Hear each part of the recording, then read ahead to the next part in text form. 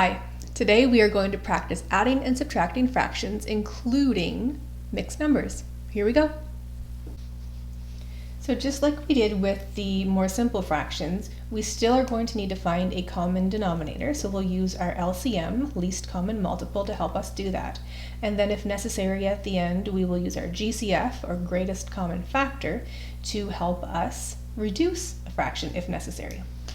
As much as possible, we're going to try to do this in our head and keep it a mental math activity, but if you're just not ready for that, it's okay if you need to jot down the steps along the way. So we have 1 1/4 plus 1 1/2. My least common multiple between 4 and 2 is 4. So this one gets to stay the same.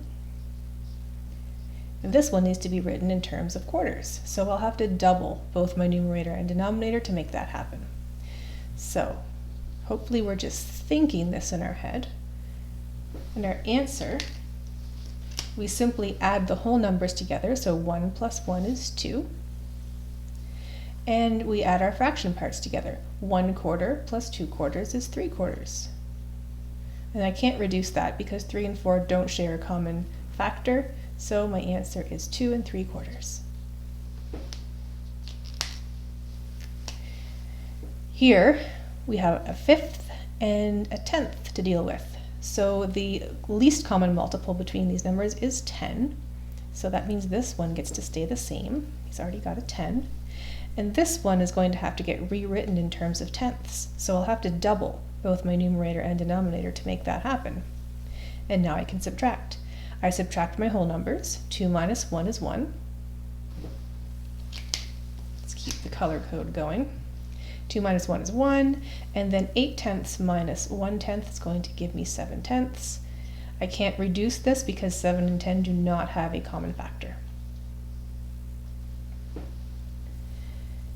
Sixths and thirds, the least common multiple between 6 and 3 is 6. So this gets to stay the same.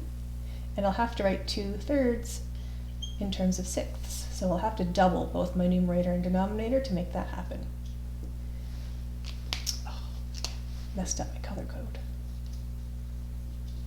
Okay, so hopefully we're just thinking this. And 2 minus 0, because there's no whole number here, leaves me with 2 whole parts, whole pieces. And 5/6 minus 4/6 is 1/6. And I cannot reduce that. Whenever you have a 1 on top, we call it a unit fraction. It cannot be reduced.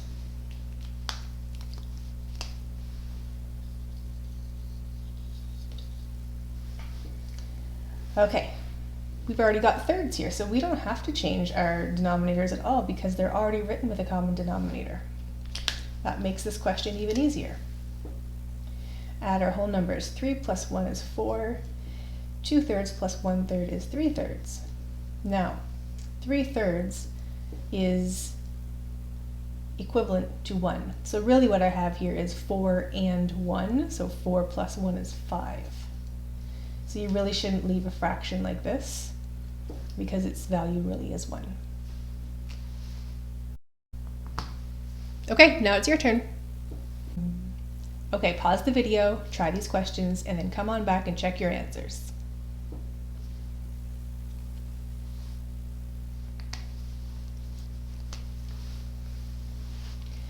Okay, let's try to do this all in our head. My common denominator is going to be 10. So I know that I'm going to have tenths in my answer.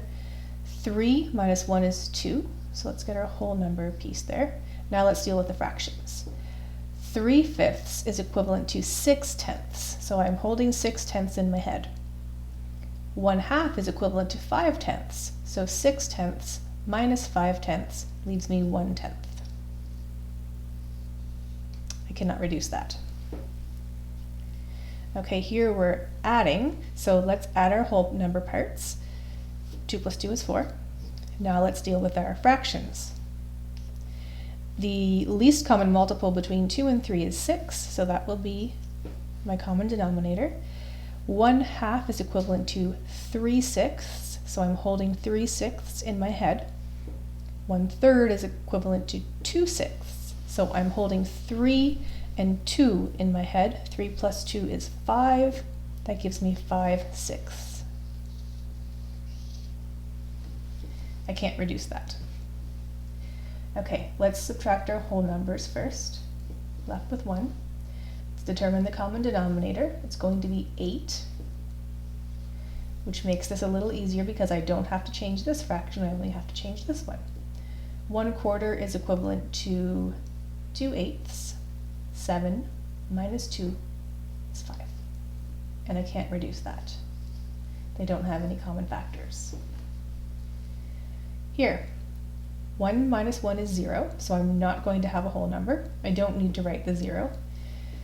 And I've got fifths and tenths. The common denominator is going to have to be 10 because that's the least common multiple. This won't have to change.